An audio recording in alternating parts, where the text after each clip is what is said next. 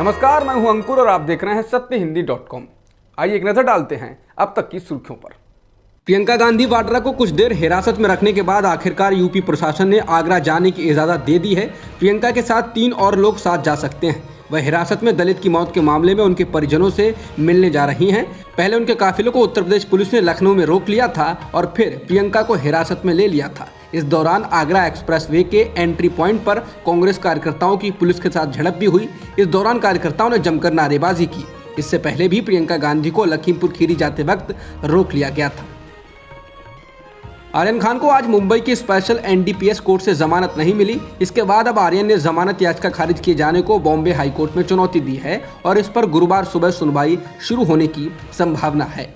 आर्यन के वकीलों ने तर्क दिया था कि एनसीबी के अधिकारियों को आर्यन खान के पास से ना तो कोई ड्रग्स मिला है और ना ही मेडिकल जांच में ड्रग्स लिए जाने की पुष्टि हुई है। कैप्टन अमरिंदर सिंह द्वारा नई पार्टी के गठन का ऐलान करने और बीजेपी के साथ गठबंधन करने की संभावना वाला बयान देने के बाद अब इस पर बीजेपी की प्रतिक्रिया आई है। भाजपा के पंजाब प्रभारी दुष्यंत गौतम ने कहा कि हम कैप्टन अमरिंदर सिंह के साथ गठबंधन के लिए तैयार हैं। एनडीटीवी के मुताबिक उन्होंने कहा कि हमारे दरवाजे कैप्टन के साथ गठबंधन के लिए खुले हुए हैं। हालांकि इस पर अंतिम फैसला हमारा संसदीय बोर्ड ही लेगा। गौतम ने कहा कि भाजपा हमेशा ऐसे संगठनों से हाथ मिलाने के लिए तैयार है जो राष्ट्रवादी हैं, देश के लिए चिंतित हैं और राष्ट्रीय सुरक्षा को लेकर चिंतित हैं। कैप्टन अमरिंदर सिंह के द्वारा नई पार्टी बनाने और बीजेपी के साथ गठबंधन करने की संभावनाओं को लेकर कांग्रेस के नेताओं ने कैप्टन पर हमला बोला। पंजाब की कांग्रेस सरकार के उप मुख्यमंत्री सुखविंदर सिंह रंधावा ने कहा कि कैप्टन ने बीजेपी के साथ समझौते की बात कहकर खुद को बर्बाद कर लिया है। रंधावा ने कहा यह संभव है कि कैप्टन पर कोई दबाव हो क्योंकि उनके और उनके बच्चों पर कई केस दर्ज हैं। पंजाब कांग्रेस प्रभारी हरीश रावत ने भी कैप्टन अमरिंदर सिंह के बीजेपी के साथ जाने को लेकर कहा कि अगर वह धर्मनिरपेक्षता के प्रति अपनी पुरानी प्रतिबद्धता के साथ नहीं रह सकते हैं तो उन्हें कौन रोक सकता है। उन्हें सर्वधर्म समभाव का प्रतीक माना जाता था और लंबे समय तक कांग्रेस की परंपराओं से जुड़े थे। अगर वह जाना चाहते हैं तो उन्हें जाना ही चाहिए। रावत ने कहा कि 10 महीने से किसानों को बॉर्डर पर बिठाए रखने वाली बीजेपी को कौन माफ कर सकता है? क्या पंजाब उन्हें माफ कर सकता है? उनका बयान हैरान करने वाला है। लगता है उन्होंने अपने भीतर मौजूद सेक्युलर अमरिंदर को मार दिया है। सिंघू बॉर्डर पर दलित व्यक्ति लखबीर सिंह की हत्या के मामले में अब पंजाब पुलिस ने जांच के लिए 3 सदस्यीय स्पेशल इन्वेस्टिगेशन टीम यानी एसआईटी गठित कर दी है। एसआईटी की अगुवाई ब्यूरो ऑफ इन्वेस्टिगेशन के डायरेक्टर बरिंदर कुमार करेंगे। बता दें लखबीर सिंह की हत्या की जिम्मेदारी निहंग सरबजीत सिंह ने ली थी और आत्मसमर्पण किया था। उत्तर प्रदेश के आगामी विधानसभा चुनाव में ओम प्रकाश राजभर की सोहेल देव राजभर भारतीय समाज पार्टी अखिलेश यादव की समाजवादी पार्टी के साथ रहेगी।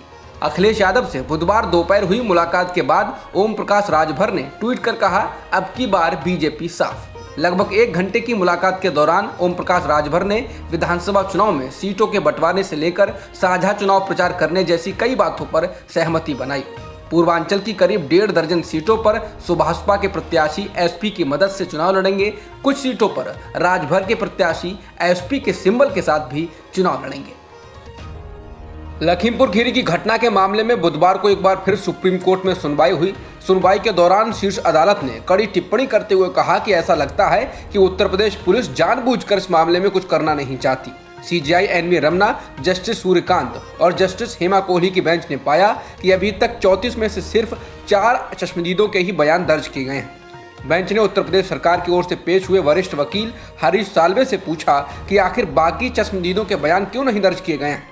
जवाब में साल्वे ने कहा कि शायद ऐसा इसलिए हुआ क्योंकि अदालतें दशहरे की छुट्टी के कारण बंद थीं। लेकिन अदालत ने इस ओर ध्यान दिलाया कि आपराधिक मामलों की सुनवाई वाली अदालतें छुट्टियों के दौरान भी बंद नहीं रहती। सुनवाई के ही दौरान उत्तर प्रदेश सरकार की ओर से पेश हुए वरिष्ठ वकील गरिमा प्रसाद ने कहा कि पुलिस इन दोनों क्राइम सीन रिक्रिएट कर रही थी, जबकि बेंच ने कहा कि न्यायिक मजिस्ट्रेट के सामने चश्मदीदों के बयान दर्ज करना और क्राइम सीन को रिक्रिएट करना 2 अलग अलग बातें हैं। सुप्रीम कोर्ट ने लखीमपुर खीरी मामले में उत्तर प्रदेश सरकार को स्टेटस रिपोर्ट देर से जमा करने पर भी फटकार लगाई, जबकि पिछली बार आरोपियों की गिरफ्तारी न होने पर फटकार लगी थी। सीजेआई एनवी रमना ने उत्तर प्रदेश सरकार की ओर से पेश हुए वरिष्ठ वकील हरीश साल्वे से कहा, हमने पिछली रात इस मामले में रिपोर्ट के लिए 1 बजे तक इंतजार किया। सीजेआई रमना ने कहा कि अगर इसे अंतिम मिनट में जमा किया जाएगा तो हम इसे कैसे पढ़ पाएंगे। कम से कम इसे एक दिन पहले जमा करें। केंद्रीय कृषि मंत्री नरेंद्र तोमर के साथ आई निहंग संप्रदाय के प्रमुख बाबा अमन सिंह की एक तस्वीर ने विवाद खड़ा कर दिया है और अब बाबा अमन सिंह ने आरोप लगाया है कि केंद्र सरकार ने सिंघू में किसानों के प्रदर्शन स्थल से निहंगों के हटने के लिए रुपए की पेशकश की थी। द इंडियन एक्सप्रेस की रिपोर्ट के अनुसार उन्होंने मंगलवार को आरोप लगाया, किसानों के विरोध स्थल को छोड़ने के लिए मुझे 10 लाख रुपए की पेशकश की गई थी। मेरे संगठन को भी 1 लाख रुपए की पेशकश की गई थी, लेकिन हमें खरीदा नहीं जा सकता। उन्होंने कहा कि निहंग संगठन 27 अक्टूबर को फैसला करेंगे कि सिंघू में रहना है या नहीं। बता दें, ये पूरा विवाद बाबा अमन सिंह और केंद्रीय कृषि मंत्री नरेंद्र सिंह तोमर की मुलाकात की तस्वीर सामने आने के बाद हुआ।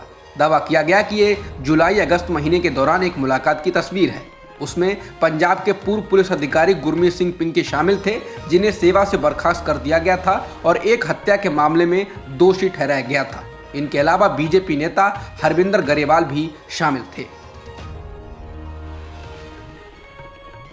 पेट्रोल और डीजल की कीमतों में आज फिर बढ़ोतरी की गई है। आज पेट्रोल और डीजल की कीमतों में 35 पैसे की बढ़ोतरी की गई है, जिससे दिल्ली में पेट्रोल की कीमत 106 रुपए 19 पैसे प्रति लीटर हो गई है और डीजल की कीमत 94 रुपए 92 पैसे प्रति लीटर हो चुकी है। इसके अलावा मुंबई में पेट्रोल की कीमत 112 रुपए 11 पैसे प्रति लीटर हो चुकी है और डीजल 102 रुपए 89 पैसे प्रति लीटर बिक रहा है। इसके साथ ही अब पेट्रोल की कीमत विमान के ईंधन से 34% अधिक हो गई है। T20 वर्ल्ड कप के अपने दूसरे अभ्यास मैच में भारत ने ऑस्ट्रेलिया को 9 विकेट से हरा दिया है। भारत की ओर से रोहित शर्मा ने कप्तानी पारी खेलते हुए 41 गेंदों में 60 रन बनाए। रोहित इसके बाद खुद ही रिटायर्ड हो गए और हार्दिक पांड्या को प्रैक्टिस का मौका दिया। इसके अलावा केएल राहुल ने 39 और सूर्य कुमार यादव ने 38 रनों की पारी खेलकर भारत की जीत में अहम भूमिका निभाई। अब तक की खबरों में इतना ही। बाकी खबरों के लिए बने रहिए सत्यहिंदी.com के साथ। सत्य हिंदी का ऐप डाउनलोड करें गूगल प्ले स्टोर पर।